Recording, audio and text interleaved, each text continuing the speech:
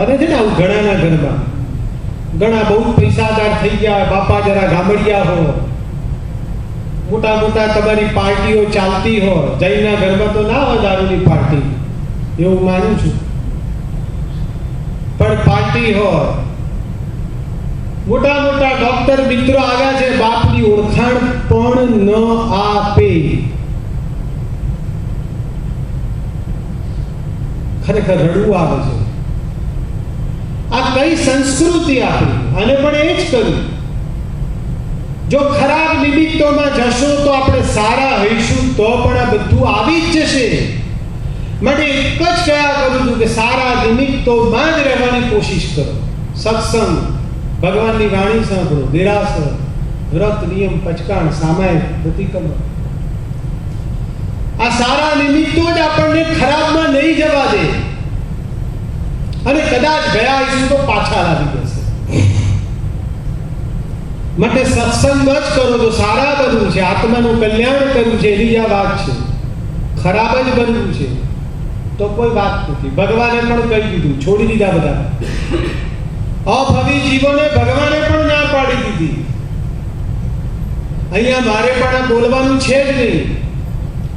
તમે કહો માટે મારે બોલવું પડે, એકદમ ભાષણ ન અપાય. અહીંયા આપણી વાત ઉપર જઈએ, ન આપ્યો નાના ભાઈના મંત્ર, ગમંડ હતું. એક જ મા બાપના બે દીકરા, કેટલો ફરક બોલો.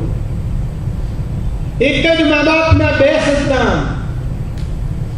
અમીચંદની અમી દ્રષ્ટિમાં હજી આમંત્રણ નથી આપ્યું તો પણ નાના ભાઈ માટે કોઈ દુર્ભાવ પણ નથી, કારણ કે કર્મ સત્તા સ્વીકારેલી છે. ઉદય સ્યો સંતા સ્વીકારેલી છે. પણ જીનમતી બિચારી ગામડિયન છે. જીનમતી કહે છે, જુઓ ભાઈએ નોતરું તો નથી આપ્યું, બિચારો આટલા રઘવાટમાં ભૂલી ગયો છે. જુઓ આ સારા માણસોની દ્રષ્ટિ જુઓ. પેલાને પૈસાનું ઘમંડ છે. જીનમતી કહે છે, આપણું નાનું બચ્ચું છે, ભલે એને આમંત્રણ નથી આપ્યું, કદાચ રઘવાટમાં ભૂલી ગયો છે, પણ તમે ભલે નોતરું નથી આપ્યું તોય જાઓ, તમે એને કામમાં મદદ કરજો, કામમાં મદદ કરજો અને જમતા આવજો. ખાવાનું છે નહીં ઘરમાં. જો આ બધા શું સરળ માણસો છે. ભાઈ કાલ પૂછતા હતા ને, સરળતા કઈ રીતે આવે? અવગુણો જાય એટલી સરળતા. કેટલા સરળ. આપણે ત્યાં તો કેવી અકડી ખબર છે, અમારે ભારતમાં માનો કે કંકોત્રી બાપાના નામે આવી હોય ને, બાપાના નામે.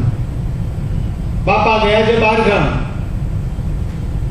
દીકરો કે ના જાય દીકરો, આ તો કંકોત્રી બાપાના નામની છે, મારા નામની ક્યાં છે? આ ઘમંડ, અભિમાન. જુદી કંકોત્રી લખવી પડે. બાપાના નામની લખી, દીકરાને બોલાવો તો દીકરાના નામની લખવી પડે. અહીંયા તો નોતરું જ નથી આવ્યું તો કે જા. શું સરળતા હે! ક્યાંય અભિમાન છે ભાઈ? ક્યાં ક્યાં આપણે અભિમાનમાં પહોંચી ગયા છે. મારા નામની પત્રિકા નથી, નહીં જવું. અભિમાન ક્યાં આપણે જતા રહ્યા છે. ખરેખર આપણે આપણા આત્મા સાથે જેટલું રડીએ એટલું ઓછું છે. મારી પાસે તો સમય જઈ રહ્યો છે. અમીચંદ કહે છે, તું કહે તો જવું. ગયો અમીચંદ. હવે અત્યારે તો કપડા બેલા ગયેલા છે એના, ખાવાના જ ફાંફા છે ત્યાં. જોયું મેળીએ મોટો હતો ઘર છે એનું, તો પેલું મોટું કરી દીધું છે. મેળીએ એટલે પહેલો માળ, તમે ફર્સ્ટ ફ્લોર પર. ત્યાં મેળીએ પેલો બધા મોટા મોટા શેઠિયાઓ આયા છે, બધા ભેટ સોગાદો આપી રહ્યા છે. અને આ બેઠો છે વિનર. નીચેથી પેલો જુએ છે કે આ મારો ભાઈ મોટા મોટા શેઠિયા જોડે બેઠો છે. અમીચંદમાં તો ઘણી અમી દ્રષ્ટિ જે લંઘા છે. હું જઈશ તો મારા ભાઈનું ખરાબ દેખાશે, માટે ગયો નહીં ઉપર. સગો મોટો ભાઈ છે, બાપ જેટલો ઉપકારી છે, છતાં ન ગયો, કારણ કે એનામાં ઔચિત્ય હતું. નીચે બધા શાક સુધારતા હતા, ત્યાં બેસી ગયો શાક સુધારવા. થાક સુધારવા બેસી ગયો. હવે સમય થયો એટલે પેલા બધા નીચે ઉતરવા પાડ્યા. વીનું નીચે ઉતરે છે ને નજર ક્યાં પડે છે? મોટા ભાઈ પર. બીજું તો કોઈ ઓળખતું નથી. મોટા ભાઈ પર નજર પડે છે ને એકદમ ગુસ્સો આવે છે. આ ક્યાં આવ્યો મેલો ગેલો, આટલા બધા શેઠિયાઓ બેઠા છે, મારું કેવી આબરૂ જશે. ગુસ્સો તો એવો આવે છે કે ઘડી હાથ પકડીને બહાર કાઢું, પણ શેઠિયાઓ જોડે છે, કરું શું? શેઠિયાઓ જોડે છે, એ જ બહાર પોતાનું પોત પ્રકાશી છે, એટલે કાંઈ બોલતો નથી. ગુસ્સો ઘણો છે.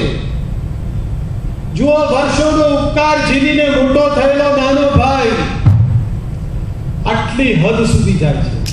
બોલું ફરી, વર્ષોનો ઉપકાર ઝીલીને મોટો થયેલો નાનો ભાઈ આટલી હદ સુધી જાય છે. આ છે સંસાર, આ જ સંસાર. બોલો, આપણે પણ 10-10 વર્ષના બાળકોને સ્વર્ગે સિધાવતા જોયા. 22-23 વર્ષની છોકરીઓને આજે પરણીને કાલે વિધવા બનીને આવતી પણ જોયું આ બધું સંસારમાં. શ્રીમંત માણસને કેન્સર થતું પણ જોયું. છતાં સંસારમાં મોહ ઘટાડો આપણે ભાઈ. આ સંસાર કહું છું ભાઈ, આ બધું સંસારમાં આપણે જોયું ભાઈ કે નથી જોયું? હું તો એમ કહું છું, હું ઢીઠ્ઠા બની ગયા છે. ભગવાને તો બહુ જ આપણને સમજાવ્યું છે. હવે એક પછી એક પંગત પડતી જાય છે જમવાનું. એક પછી એક પંગત, તમે શું કહો છો એને? પંગત પડતી જાય છે. એક પડી, બે પડી, ત્રીજી પડી. કોઈ અમીચંદને જમવાનું કહેતું નથી, અને અમીચંદના એવા સંસ્કાર નથી. કોઈ જમવાનું કહે પણ નહીં ને બેસી જાય. જમણવાર પૂરો થઈ ગયો, કોઈ કહેતું નથી. અમીચંદ કોઈ પણ જાતનો મનમાં ક્યાંય દ્વેષ દુર્ભાવ લાયા વગર ઘરે પાછો જઈ ગયો. જીનમતી રાહ જોઈને બેઠી છે, દૂરથી જુએ છે અમીચંદ આવે છે. એક લથડતા પગ, ખાધું નથી તો પગ તો લથડે ને. શરીર છે, શરીરનું કામ કરે. મન સ્ટ્રોંગ છે. તમે 28 કરો તો મન સ્ટ્રોંગ, પણ શરીર 8 દિવસે ઢીલું પડે ને ભાઈ. વિલ પાવર સ્ટ્રોંગ છે. ચોંકી ઉઠે છે જીનમતી. કેમ જમીને ના આવ્યા? અમીચંદે ટૂંકો જવાબ આપ્યો, ના, કોઈએ જમવા બેસવાનું ન કહ્યું એટલે પાછો આવે. કોઈ જમવા બેસવાનું તો કહેવું જોઈએ, એટલું તો ઔચિત્ય હોવું જોઈએ ને. તમે મને કહો અત્યારે કે ભાઈ હવે બેસવાનું કરવા બેસો તો બેસા, એમ કે થોડું બેસી જવાય તમારે. અભિમાન નહીં, પણ ઔચિત્યની વાત છે. ઔચિત્ય તો હોવું જોઈએ. એટલે પેલી કહે કે વીરુમાં આટલી અક્કલ નથી. આ તો જીનમતી છે ને બિચારી સરળ. કેમ વીરુમાં આટલી અક્કલ નથી? ત્યારે અમીચંદ શું કહે છે? બિચારો આટલા રઘવાટમાં કેટલું ધ્યાન રાખે. કેટલા બધા શીખ્યાઓ આવેલા, દુર્ભાવ જ નથી. એક કડવો શબ્દ પણ બોલતો નથી. શું એનું બ્રેઇન શું હશે? એકલા પ્રસમ રસથી ભરેલું માથું હશે. પ્રસમ રસથી ભરેલું માથું. પ્રસમ રસ એટલે સમજે ને, આપણું માથું ક્રોધથી ભરેલું એટલે શું કરીએ બોલો? એકલો ગુસ્સો થાય નથી. પેલો કહે ખરેખર આપણા કર્મ જ આ બધું કરી રહ્યા છે, એમાં બીજાનો દોષ એવો નકામો છે. જીનમતી કર્મના સિદ્ધાંતની વાતમાં તો મંજૂર થાય છે, એ તો વાત બરોબર છે તમારી, પણ કાયા ભૂખે ભૂખે ક્યાં સુધી સહન કરે? તમારી વાત તો સાચી કર્મની, પણ આ કાયા ક્યાં સુધી સહન? તમને મારા સમજે, તમે ફરી જાઓ, ભલે જમવાનું ના કે તો પણ જમી લો. પેલી કે છે, પેલો કે છે કે તારી બહુ જ વિનંતી, અને એટલે સુધી પાછી કહે છે કે મેં પણ ખાધું નથી, મારા માટે પણ થોડુંક લેતા આવજો. પેલીનો બહુ આગ્રહ છે ને ફરી જાય છે. હવે આ જાય છે ત્યારે જમણવાર પતી ગયો છે, ભિખારીઓને અપાઈ ગયું છે, રસોડું સાફ થઈ ગયું છે. હવે પણ કેવું? એને ખબર છે કે બીજું તો સામું નથી જોવાનું, એ થોડો જીનમતી ના ઉકે. પણ આ મેઠા જૂઠા લાડવાના ટુકડા વેરાયેલા હતા. જબડવાનું બધું પડ્યું હોય ને, અને થાય છે કાંઈ વાંધો નહીં, આ લાડવાના ટુકડા તમે જુઓ, આપણને રડવું આવે છે. અમીચંદ ક્યાંય રડતો નથી. મહાન આત્માઓની દયા ન ખાવાની હોય. મહેરબાની કરીને સાધુને ક્યારે વિચારો ના કહેશો. સાધુને બિચારા આવા ગરમીમાં ચાલી રહ્યા છે ખુલ્લે પગે, મહેરબાની કરીને વિચારો ના બોલશો. મહાન આત્માની દયા ન ખાવાની હોય, એના ગુણોની અનુમોદના કરવાની હોય. એના ગુણોની, અત્યારે અમીચંદની દયા નથી ખાવાની આપણે, એના ગુણોની અનુમોદના કરવાની છે. સાધુ તો સહર્ષ દુઃખ સ્વીકારે છે. સાધુ સહર્ષ દુઃખ સ્વીકારે છે. એને બિચારો મહેરબાની કરીને ન બોલતા. આપણે રડી લઈએ અત્યારે બરોબર છે આપણી જાત પર, અમીચંદ પર રડવાની જરૂર નથી. અમીચંદ મહાન આત્મા છે. એના ગુણોની અનુમોદના કરો. શું અમી છે એનામાં, શું અમી દ્રષ્ટિ છે. પેલા એઠા જૂઠા લાડવાના ટુકડા વીણી રહ્યો, ત્યાં ઉપરથી વિનયની નજર પડી, જુવાની ઝેર દ્રષ્ટિ. ભૈયાજીને હુકમ આપે છે, ભૈયો રાખ્યો છે હવે તો ઉસકો નિકાલ દો બહાર. કહેતો નથી મારો ભાઈ જેવું, ઉસકો નિકાલ દો. કેવી નિર્દયતા. દ્વેષનું ભારોભાર ઝેર.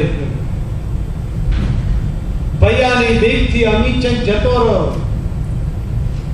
મને પણ રડવું આવે છે ખરેખર, પણ અમીચંદના ગુણગાન ગાઉં છું. ખરેખર ધન્ય છે અમીચંદ, હું ક્યારે આવો બનીશ. પાછો આવે છે. જીનપતિ પૂછે છે કેમ પાછા આવ્યા. હું જોઉં છું અહીંયા ઘણા રડી રહ્યા છે. રડવાનું સાચું જ છે, આપણા અંતરાત્મા સાથે રડવાનું છે. ભગવાન હું આવો ક્યારે થઈશ. અમીચંદ જેવો. અમીચંદ કહે છે હતાશ નથી કરવી મારે જીનપતિ. એટલે એને શું કહે છે, આપણા કર્મ ભારે છે. કશું બીજું નથી બોલતો, એટલું કે આપણા કર્મ ભારે છે. ભોય પડેલો લાડવાનો ટુકડો પણ આપણને નથી મળવાનો. કર્મ જ ભારે છે. શું કરું. આફતના પ્રસંગને કર્મનો કચરો ઓછો થાય. કર્મનો કચરો ઓછો થાય ને ભાઈ, એમ લેખવું એ જ અમી દ્રષ્ટિ છે. આપણને કોઈ આફત આવી તો રડવાનું કે કર્મની નિર્જરા થઈ એમ માનવાનું, આમી દ્રષ્ટિ છે. દુઃખ એ તો આત્માને ચોખ્ખો કરવાની વોશિંગ ફેક્ટરી છે. બોલું ફરી, દુઃખ આપણને, આપણે બધા છે નથી રડીએ છે ભાઈ, દુઃખ આવે એટલે ગભરાઈ જઈએ છે. પણ દુઃખ, રાજુભાઈ, દુઃખ એ તો આત્માને ચોખ્ખો કરવાની વોશિંગ ફેક્ટરી છે. ફરી બોલું, બોલો હવે ક્યારે દુઃખમાં રડીશું. વોશિંગ ફેક્ટરી, આત્મા ચોખ્ખો થાય છે આપણો, એટલો ગયું એટલું કર્મ. બેસે છે ભાઈ, પત્નીને સમજાવે છે કે જુઓ કર્મના ઉદય કોઈના ટાળા ટળે છે. કોણ? અમીચંદ ચિનમતીને કહે છે કર્મના ઉદય કોઈના ટાળા ટળ્યા છે. એમ કહે છે સુખ દુઃખ મનમાં નાણીએ ગત સાથે ઘડિયા ટાળત કોઈ નવ ટળે. બસ હવે શાંતિથી રહેવાનું અને આત્મા ઉપરથી દુઃખને દૂર કરવાનું, કર્મની નિર્જરા કરવાની. તો પછી શા માટે દુઃખ કરવું એના ઉપર? તકલીફ ભોગ્યા વગર આમે કર્મ જવાનું નથી. એટલે જીનમતી કહે છે તમારી વાત તો બરોબર છે, તકલીફ ન હો, પણ તમારી વાત બરોબર છે, પણ તકલીફ ન હો અને જરા સરખાઈ હોય, સરખાઈ તો જરા સાધના સારી થાય. આપણે ઘણી વાર કહીએ જરા બેસનું એકાસનું કરી લીધું હોય તો ભગવાનની ભક્તિ કરવાની મજા આવે, કહીએ છીએ ને. જરા સાધના કરવાની સરખાઈ હોય તો મજા આવે. પોતે પણ કહું, ઘણી વાર કહું કે ભાઈ આમ ત્યાં રોજ એકાસનું કરું છું, પણ આ લેક્ચર લેવાનું છે તો જરા સવારના થોડુંક પાણી પીવાઈ ગયું હોય તો મજા આવે. બસ નહીં માર ખાધો, સાધના સરખી થાય ને. તારો પેલો બહુ સરસ જવાબ આપે છે અભિચંદ. અભિચંદ કહે છે કે સાધના કરવી છે શેના માટે? તારે ધર્મ સાધના કરવી છે. સરસ, આપણે નહીં જરા પેટ પૂજા કરીએ તો ભગવાનની પૂજા કરવાની મજા આવે. તો કે ભગવાનની સાધના, ભગવાનની પૂજા, ધર્મ સાધના પણ કરવી છે શેના માટે? તારે પાપ કર્મનો નાશ કરવા માટે જ ને. છેવટે તો આપણે શું કરવાનું છે? કર્મનો ક્ષય, કર્મનો સંપૂર્ણ ક્ષય એટલે મોક્ષ. બધું આપણે શેના માટે કરવાનું છે? પાપ કર્મના નાશ કરવા. તો કે દુઃખ કે તકલીફ સહજ સહન કરી લઈએ તો એ પણ એક જાતની ધર્મ સાધના જ છે, અને એ પણ રોકડા ફળવાળી. સાંભળજો વાક્ય, રોકડા ફળવાળી એટલે સમજ્યા? દુઃખ આવ્યું, દુઃખ સહજ સહન કર્યું, આત્મા ઉપરથી કર્મ ખરી પડ્યું, રોકડું ફળ. પુણ્ય તો કરો, પાછું ક્યારે પુણ્યનું ફળ પડે. એટલે જ હરિભદ્રશ્રી પંચસૂત્રમાં ખાસ કહે છે, શું કહે છે? પહેલા પાપનો ઘાત કરો, પછી ગુણનું બીજા દાન કરો. પહેલા પાપનો ઘાત કરો. અહીંયા બધાને છે ધર્મ કરવું છે, પણ પાપથી છૂટવું નથી. મારે અહીંયા તમને સામાયિકનું વ્રત લેવડાવવું હોય, પ્રભુ દર્શનનું વ્રત લેવડાવવું હોય તો સહેલું. પણ હું તમને એમ કહું કે રાત્રિ ભોજન ત્યાગ સદા માટે, કારણ કે પાપ છે ભયંકર. બોલો કયું સહેલું પડશે મને? તમારી પાસે વ્રત લેવડાવવું છે, પાપનો નાશ નથી કરવો. હરિભદ્રશ્રી પંચસૂત્રમાં સ્પષ્ટ કહે, પહેલા પાપનો ઘાત કરો. પાપનો ઘાત પહેલા કરો, પછી ગુણનું બીજા દાન કરો. માટે જ્યાં જ્યાં પાપ કરીએ છીએ ત્યાંથી અટકો. સંસાર પાપથી ભરેલો છે. જેટલું ઓછું પાપ કરીએ એટલું ઓછું કર્મ આવશે. વાત ઘણી છે પણ મારી પાસે સમય નથી. ક્યાં સુધી લઉં Jayeshbhai? Up to 12:15 is there. હા, 15-20. કારણ કે આ તો કેવું છે કે 4 કલાક પણ ચાલે, 10 કલાક પણ ચાલે, અને 1.5 કલાક પણ ચાલે. ડિપેન્ડ્સ તમારી જેવી સ્થિરતા. બોલો સ્પષ્ટ વાત થઈ ગઈ. અહીંયા શું કીધું? ભાઈ ધર્મ સાધના પણ કરવી છે શા માટે? પાપ કર્મનો નાશ કરવા. તો કે દુઃખ આવ્યું, સહજ સહન કરીને રોકડા ફળવાળી ધર્મ સાધના, રોકડું ફળ. દુઃખ આવ્યું, દુઃખ સહન કર્યું, કયું કર્મ? આત્મા ઉપરથી કેશ કરી લીધી. આમ દુઃખના પ્રસંગને આત્મલાભમાં ઉતારવું છે. આત્મલાભમાં સમજ્યા ને? આત્મલાભમાં ઉતારવું. હવે આમ બંને જણા વિચારી, થોડું ઝડપથી આગળ વધવું. બંને જણા વિચારી સમતા ભાવમાં સૂઈ ગયા. ભૂખ્યા ખાધું નથી, પાણી પીને સૂઈ ગયા. હવે સૂતા છે ને રાત્રે અભિચંદને સ્વપ્ન આવ્યું. રાત્રે સ્વપ્નમાં એક દેવી પ્રગટ થયા. દેવી કહે, અભિચંદ, હું તને થોડોક સમય હવે ધીરજ રાખવા માટે જણાવવા આવી છું. બસ તારો હવે 6 માસ પાપનો ઉદય છે, 6 જ માસ. પછી તારા પ્રચંડ પુણ્યનો ઉદય થવાનો છે, પ્રચંડ. આટલું તને કહેવામાં આવ્યું. પણ આ 6 માસની અંદર જો કોઈ તને હીરાના હારની ભેટ આપે તો એ તું સ્વીકારતો નહીં. એક વોર્નિંગ આપી દો.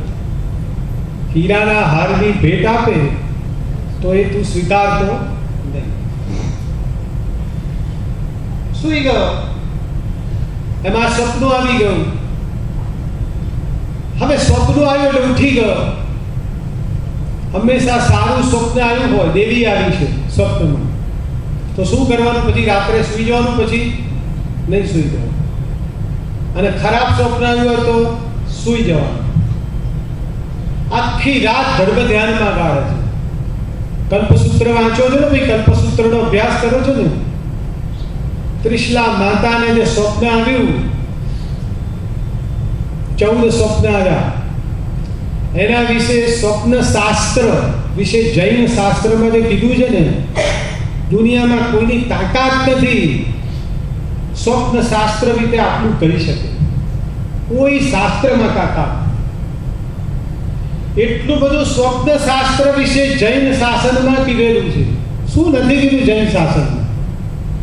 જૈન શાસને નિધાન છે, ખજાનો છે. કેમ જાણે આપણે કેમ બીજે ભટકીએ છીએ મને ખબર નથી પડતી. જૈન શાસનમાં શું નથી કીધું, કયા સબ્જેક્ટ ઉપર વાત નથી કરી. શું ભૂસ્તર શાસ્ત્ર ઉપર નથી કીધું? શું ગણિત શાસ્ત્ર ઉપર નથી કીધું? શું જ્યોતિષ શાસ્ત્ર ઉપર નથી કીધું? શું નથી કીધું? દુનિયાનો એક પણ સબ્જેક્ટ બતાવો જે જૈન શાસનમાં અધૂરો આપેલો.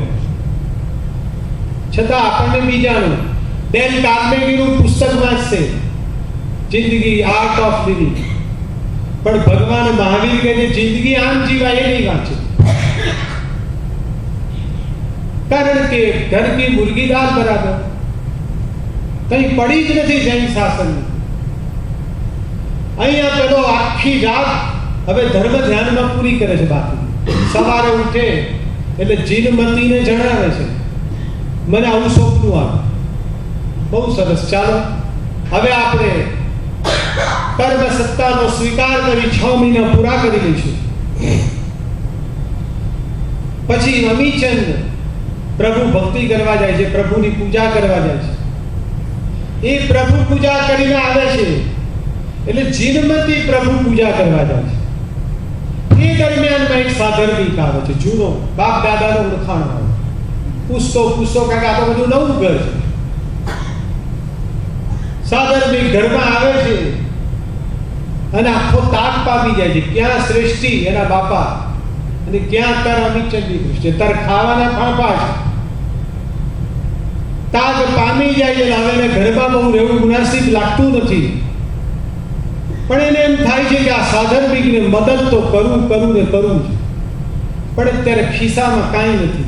એકદમ ઉતાવળમાં આવેલો છે બાય ટ્રાન્સપાસર વચ્ચેના સમયમાં આવ્યો તો ખિસ્સામાં કાંઈ નથી. પણ પોતે હાર પહેરેલો છે, હીરા. એના મનમાં એમ છે જૈન છે, સાધર્મિક છે. અમારો સાધર્મિક એટલે મારા પ્રભુનો ભક્ત, મારા સગા ભાઈથી અધિક સાધર્મિક. એટલે જીન શાસનની પેઢીની પરંપરા ચલાવનારો આ સાધર્મિક, એને હું મદદ કર્યા વગર જવું કેમ? તમે ઇન્ડિયામાં પણ સાધર્મિકોને મદદ કરવાના બહુ મોટા કામ કરવા પડે, કરીએ છીએ. કેટલાક માણસોના લિસ્ટ બનાવી દઈએ છીએ, કારણ કે સાધર્મિકોને પાછા કેવી રીતે આપવું. એમના ઘરે જઈ ઘર જોઈએ તો ઘરમાં પગ પણ ન મૂકાય. બહુ શક્તિ ના આવે તો છેવટે મોટું લિસ્ટ એટલે 500 રૂપિયાનું પણ અનાજ આપી આપે. એવી અનુકંપા પણ કરીએ છીએ. અહીંયા અમેરિકાના એક ભાઈ એના દીકરાને લઈને મારી પાસે આવે કે મારે કરવું છે. શિયાળાનો સમય તો તમે લોકો નોર્મલી ત્યાં ડિસેમ્બર જાન્યુઆરીમાં આવ્યા હો.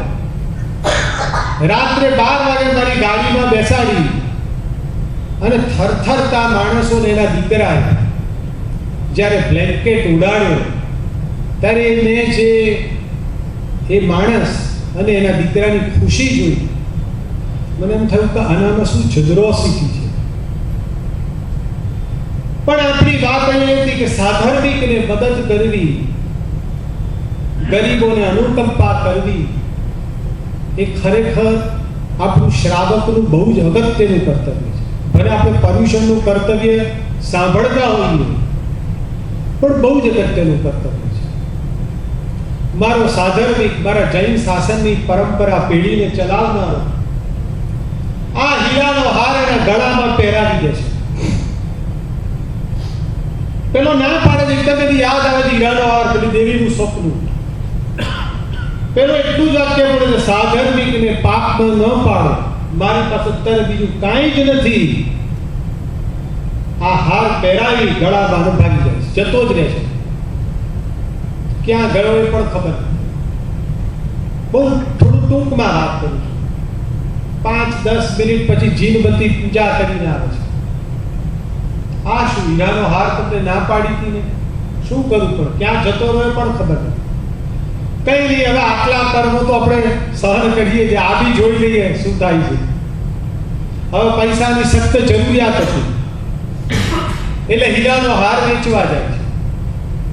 જે ઝવેરીને ત્યાં વેચવા જાય છે એ ઝવેરીને ત્યાં સૂચના અપાઈ છે કે રાણીનો હીરાનો હાર ખોવાયો છે. જો કોઈ હાર વેચવા આવે તો પહેલા રાજાને આ બતાડજો, પછી ખરીદજો. એટલે પહેલા હીરાનો હાર જોવાનો દોડ કરી બેસાડે છે પિક્ચર, અને જમાદારને બોલાવી લાવે છે સિપાही. सिपाही कहते आपको मेरे साथ आना पड़ेगा. क्यों? राजा का हुक्म है. અમીચંદ ને લઈને જાય છે. અમીચંદ તો કર્મ સત્તામાં માનનારો બીતો જ નથી. રાજા હાર લઈને રાણીને આપે છે જોવા માટે. રાણી એકદમ રાજીની રેડ થઈ જાય છે. તમારો ખોવાયેલો હાર મને કેવા રાજી થઈ જાય, વિચારી જો, કલ્પના કરી. રાણી રાજીની રેડ થઈ જાય છે. બસ આ જ મારો હાર છે. રાજા પૂછે છે આ હાર ક્યાંથી લાવ્યા? હવે પેલો વિચારે છે કે જો સાધર્મિકનું નામ દઈ દઈશ તો આ તો રાજા જે ગમે ત્યાંથી એને શોધી કાઢશે, અને શોધી કાઢશે તો એને સજા થશે. મારો સાધર્મિક એને હું સજા કરાવું. સાધર્મિક પ્રત્યેનો પ્રેમ જુઓ, જેલમાં જવા તૈયાર, સાધર્મિકને દુઃખ આપવા તૈયાર નહીં. નામ ન દીધું. રાણી કહે છે અને હાથી નીચે કચડી કાઢો. રાણી કહે છે.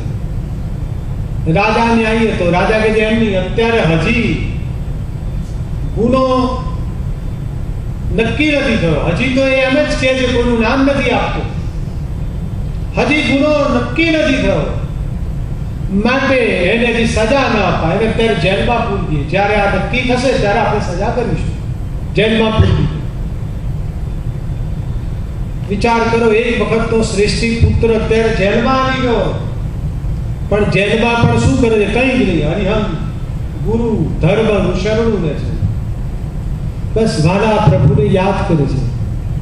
મારા વાલા પ્રભુ ક્યારે મળશો તમે, મારી આશા પૂરી ક્યારે કરશો તમે.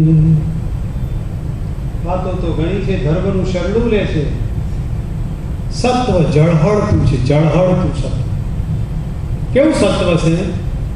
એક શ્રેષ્ઠી પુત્ર જેલમાં અનનેસેસરી કોઈ પણ જાતના વાંક વગર જાય, શાંતિથી. આપણે કોઈ મહા દુઃખ આવે ને નવકારનું સ્મરણ કર્યા જ કરીએ, એવું આપણને શીખવાડે છે. કોઈ કહે છે વિનયને કે ભાઈ તારા મોટા ભાઈને જેલમાં પૂર્યો છે, તું છોડાવી લે, તું તો શ્રેષ્ઠી છે. આપણે કહીએ જમાનત. શું કહો છો તમે? ડિપોઝિટ. શું કહે છે ખબર છે વિનય? કેવી ઝેરી દ્રષ્ટિ છે. એમને ચોરી કરવી છે મોટા ભાઈને, અને મારે છોડાવવા જવાનું. અમારે કઈ આબરૂ બાબરૂ છે કે નહીં? કઈ આ ઝેરી દ્રષ્ટિ ને અમી દ્રષ્ટિનો ડિફરન્સ જોયા જ કરો તમે આત્મા સાથે. અમીચંદ તો શાંતિથી જેલમાં પણ પૂર્વ જન્મકૃતનું ધ્યાન આપે છે. ભગવાનને એટલે જ કીધું કે ભગવાન મને સુમતિ આપો, ગમે એવું દુઃખ પડે મારું મન બગડે નહીં, મને સુમતિ જ મળ્યા કરે એવી શક્તિ દેજો. તુજને ઓળખી શકું એવી શક્તિ તું દે, તુજને નિરખી શકું એવી દ્રષ્ટિ તું દે. તારી છાયાની માં અમર રહેવું ગમે, તારી છાયાની માં અમર રહેવું ગમે, મારી આશા પૂરી ક્યારે કરશો તમે. થોડાક તત્વવાળા માણસ એમ થાય કે આ 2-5 મિનિટ અમારી બગડે છે, પણ અહીંયા કેટલાક બેઠેલા મને એવો પણ ફોર્સ કરી જાય છે કે થોડાક સ્તવનો પણ અમને પ્રભુ ભક્તિ કરાવો. એટલે આવા 2 લીટી કહી દઉં છું. અમારે સંઘના બધા સભ્યોનું ધ્યાન રાખવું પડે. અહીંયા વાત એ હતી, ભગવાન મને સરસ દ્રષ્ટિ આપશે. આમ કરતા કરતા કાળ પસાર થઈ જાય છે. 6 મહિના પૂરા થઈ ગયા. બોલો ભાઈ, કાળ જગતમાં એક સરખો હોય છે? એવું બન્યું કે રાણી પોતાનો આખો ખજાનો શોધી રહી હતી અને છેક નીચેની ખૂણામાં એક જગ્યાએ બોક્સ ભરી ગયું હતું. બોક્સ ખેંચી કાઢીને જોયું, એ હીરાનો હાર. પોતાનો હીરાનો હાર જડી ગયો. રાણી હતી આર્ય દ્રષ્ટિવાળી, જૈન હતી. પોતાની ભૂલ વિચારે છે, કબૂલ કરે છે. એકદમ હૈયા ફાટ રડે છે, ધ્રુસકે રડે છે. મારી ભૂલ થઈ ગઈ. મેં આવા માણસને, આવા સજ્જન માણસને મેં હાથી નીચે કચડવાનું કીધું. સારું થયું રાજા એને જેલમાં પૂરી દીધો. કેવું ભયંકર પાપ થઈ જાય. ઘોર પશ્ચાતાપ કરે છે, પ્રાયશ્ચિત કરે છે, સખત રડે છે. દાસી એને બહુ મનાવે છે, રડતી બંધ થતી નથી. તરત રાજાને બોલાવી. રાજા કહે છે, પણ છે શું, કહો તો ખરા. આપણો હીરાનો હાર આપણી પાસે હતો, ખોવાયો જ નહોતો. આ ભાઈ ઉપર મેં ભયંકર અન્યાય કર્યો. શું વાક્ય બોલે છે? જળ પદાર્થ પર મેં રાગ કર્યો, એ મારી મૂળભૂત ભૂલ હતી. રાણીની શું ભૂલ? જળ પદાર્થ, પેલો હીરાનો હાર, એના પર જો મેં રાગ ન કર્યો તો આ ન બને. મારી ભયંકર ભૂલ. સખત પ્રાયશ્ચિત કરે છે. હવે આપણે ટૂંકમાં પતાવી દઈએ. વાત ઘણી મોટી છે, પણ હું 5 મિનિટમાં સમરાઇઝ કરી દઉં છું. કારણ કે તમને અધૂરું મૂકીને સસ્પેન્સ કરીશ તો હું માનું છું તમને નહીં ગમે કે સસ્પેન્સ કરું, છોડી દો તો પૂરું કરીશ. ના, ઘણી વાર એવું થાય કે તમે આવતીકાલે આવો, એમ તો આવતીકાલે વાત પૂરી કરી. શું કરવું છે જયેશભાઈ? પૂરું કરી દેવું છે કે કાલ ઉપર?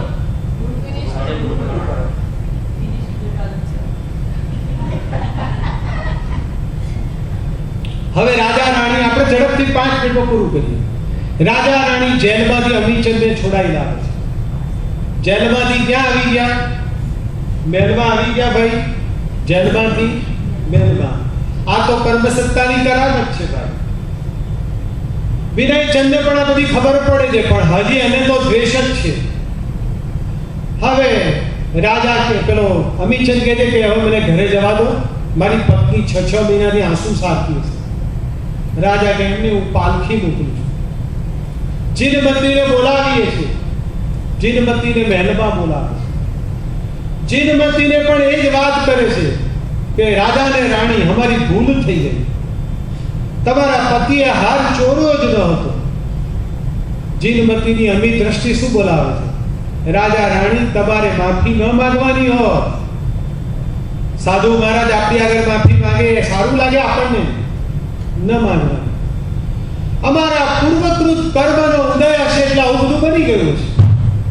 આપણી જ ભૂલ. જો દરેક જગ્યાએ આપણે શું કરવાનું? આપણી જ ભૂલ જોવાની. સામાની ભૂલ જોવાની જ નહીં. આ એનો હિસાબ. ઉચ્ચ જીવન હતું. હવે શું કરે છે? પેલા લોકોને બોલાવે છે અને પછી બંને જણને હાથી ઉપર બેસાડી આખા રાજ્યમાં ફેરવે છે. ઘરે બોલાવી અને રાજા રાણી 4 જણા સાથે જમે છે. રાજા સાથે જમવાનું એટલે સારામાં સારું પરિવારજન કરે છે. પરિવારજનનો શબ્દ ગુજરાતીના સારા શબ્દો વાપરો. ખૂબ સુંદર પરિવારજન કરે. ખૂબ સુંદર કપડા, અલંકાર બધું પહેરાવે છે. અને હવે પેલા લોકો કહે છે કે હવે અમને જવા દો. રાજા રાણી કહે તારે કીધી એક શરતે જવા દો. તમારે રોજ જે 2 કલાક અમારી પાસે આવવાનું અને અમને સત્સંગ કરાવવાનો, અમે પાલખી મોકલીશું તમને લેવા. ઓકે, વાત અહીંયા પૂરી થઈ ગઈ. મોકલી દીધા. ઝડપથી આગળ જઈએ તો હવે અમીચંદ વેપાર કરે છે. હવે તો એના પેલા કર્મસત્તા પતી ગયેલી, વેપારમાં ઢળકતા હોય છે. આખો પુણ્યનો પ્રચંડ પુણ્યનો ઉદય થયો, અઢળક કમાણી. બીજી બાજુ વિનયની ઊંધી દશા થઈ ગઈ, વિનયનો પાપનો ઉદય થયો. જે દશા અમીચંદની એ દશા વિનયની થઈ ગઈ. પણ પેલામાં ઝેર દ્રષ્ટિ હતી એટલે એ આવો પ્રસંગ પચાવી ન શકે, રોજ ઝઘડા હતા વિનય અને તારા. કારણ કે ઝેર દ્રષ્ટિ હતી. ખરાબ સંજોગોમાં પણ એ રહી ન શક્યા, સારા સંજોગોમાં પણ રહી ન શક્યા. આ વાત અમીચંદને ખબર પડે છે. બોલો અમીચંદ શું કરે હવે? એ તો નવપદનો આરાધક હતો અમીચંદ. આપણે બધા જૈન ખરા ને ભાઈ? જૈન નવપદના આરાધક. નવપદ એટલે શું? અર્યંત, સિદ્ધ, આચાર્ય, ઉપાધ્ય, સાધુ, દર્શન જ્ઞાન, ચારિત્ર્ય અને તપ. એના આરાધક ખરા આપણે બધા. નવપદનો આરાધક ક્યારે વેરનો સંગ્રહ કરે, ક્યારે વેરનો સંગ્રહ કરે તો વિચારે એવું પેલા લાડવાના ટુકડા લેવા ગયો તો ને મને ડંડો માર્યો તો વિચારે ભાઈ એવું? તરત પહોંચી ગયો. માને વચન આપ્યું છે મારો ભાઈ દુખી, અલંકારો, કપડા, મીઠાઈ, દેવા બધું લઈને ઘેર પહોંચી ગયો. હવે પેલા માણસ તો છે ને એકદમ સંકોચાય છે કે અમે શું કર્યું હતું આ લોકોને. પણ આ લોકો એટલી સરસ રીતે વાણી વાપરે છે, ભાઈ તું મારો ભાઈ છું, તારા મનમાં કાંઈ દુઃખ ના, બધું જ તારું છે, મારું કાંઈ નથી. એમ કરીને કપડા, અલંકાર બધું પહેરાવી પોતાના ઘરે લઈ જાય. બીજે દિવસે પાલખી લેવા આવી ત્યારે પાછો શું કરે છે? આ ભાઈને ભાભીને લઈ જાય છે. એટલે વિનયને તારાને પણ લઈ જાય છે. વિનય જુએ છે કે ભાઈના આ સન્માન રાજા પાસે, આટલા સન્માન હોવા છતાં ભાઈ મારો કોઈ પણ ગુનો યાદ નથી રાખતા અને મારી સામાન્ય શ્રીમંતાઈ એમાં હું અભિમાની બની ગયો. હવે એને પ્રાયશ્ચિત થાય છે. પહેલી વખત ઝેર દ્રષ્ટિમાંથી અમી દ્રષ્ટિ ઉપર આવે. હવે તારાને પણ પોતાની ભૂલ સમજાય છે, પ્રાયશ્ચિત કરે. તારા પર ચોધારશું માણસ છે ને આપનો. બંને જણા પગમાં પડે છે, ભાઈ ભાભી તમે તો અમારા માતા પિતાથી પણ અધિક છો. રાજા રાણી આગળ પોતે કરેલા બધા ગુનાનો ઇકરાર કરે છે. રાજા રાણી થાય છે અમે તો જે આ બેના આટલા જ ઓળખતા હતા, આ લોકો આટલા મહાન છે, આટલા મહાન. એકનું ઉચ્ચ જીવન પોતાને તો લાભ કરે જ છે પણ બીજાને પણ કેવું મહાન આલંબન પૂરું પાડે છે. આપણે શું કરવું છે? આપણે સુધરવાનું છે. આપણે સુધરીશું એટલે જગત એમને સુધરશે. ભગવાન મહાવીરે આ કીધું. આપણે શું કરવા જઈએ છીએ? બીજાને સુધારવાની વાતો કરી. અરે ભાઈ બીજાને નથી સુધારવાનું, આપણે સુધરવાનું છે. જયેશભાઈ કહે છે ને કેમ નથી આવવાના? હવે તો હું એ જ કહું છું કે મારે સુધરવાનું છે ભાઈ, નથી જગતને સુધારવું. હા, જાતને સુધારવાની સાથે જગત સુધરતું હોય તો કોઈ વાંધો નથી. મારા દોષ સુધારવા છે.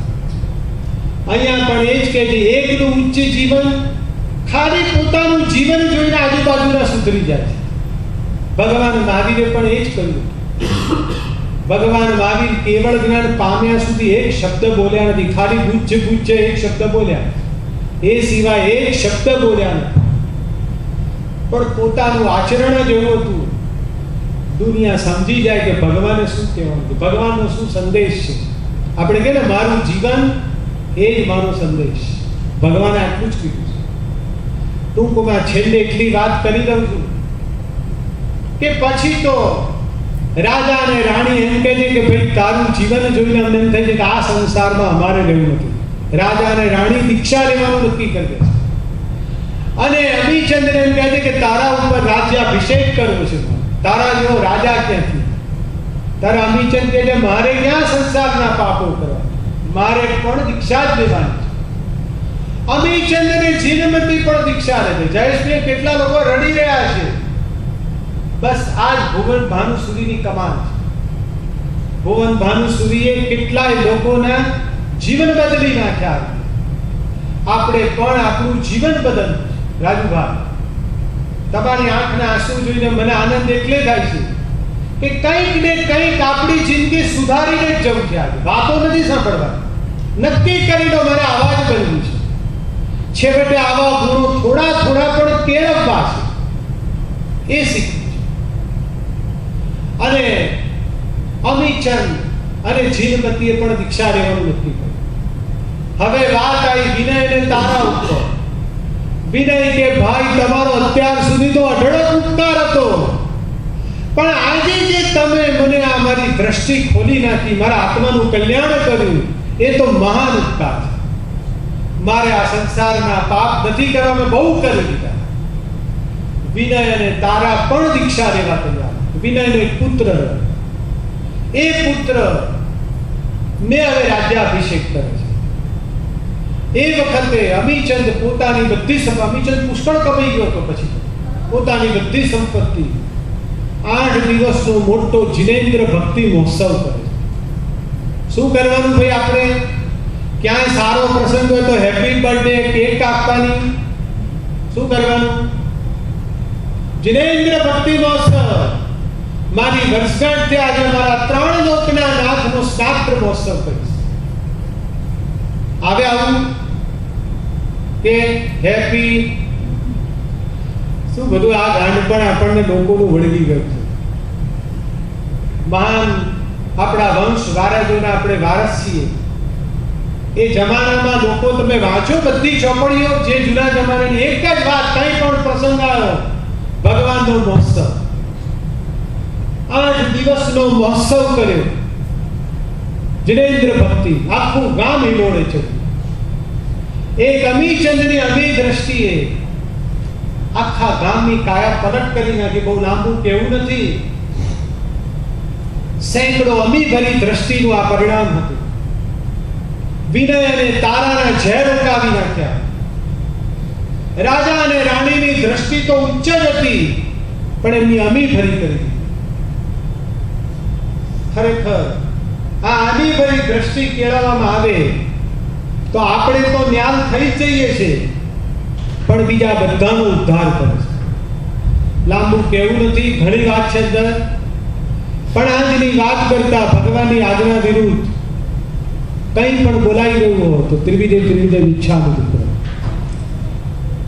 સર્વમંગલ મંગલ્યં સર્વ કલ્યાણ કારણં પ્રધાનં સર્વધર્માણં જૈનું જયતિ શાસનં. ગઈકાલે કીધું તે પ્રમાણે મને ઘણા લોકો પૂછે છે કે તમારા સ્તવનો ગાયેલા હોય એની કેસેટ, તો સ્ટુડિયોમાં મ્યુઝિક સાથે સ્તવનોની કેસેટ બનાવેલી છે, સ્વાધ્યાયની તો છે, પણ ફરી કહી દઉં કે આમાં કોઈ વ્યક્તિગત અમારી વાત નથી. માત્ર લોકો પ્રભુ ભક્તિ સાંભળે. પહેલા 3 વર્ષ તો અમે ફ્રી જ આપેલી, ક્યાંય એક ચારાને લેતા નહોતા.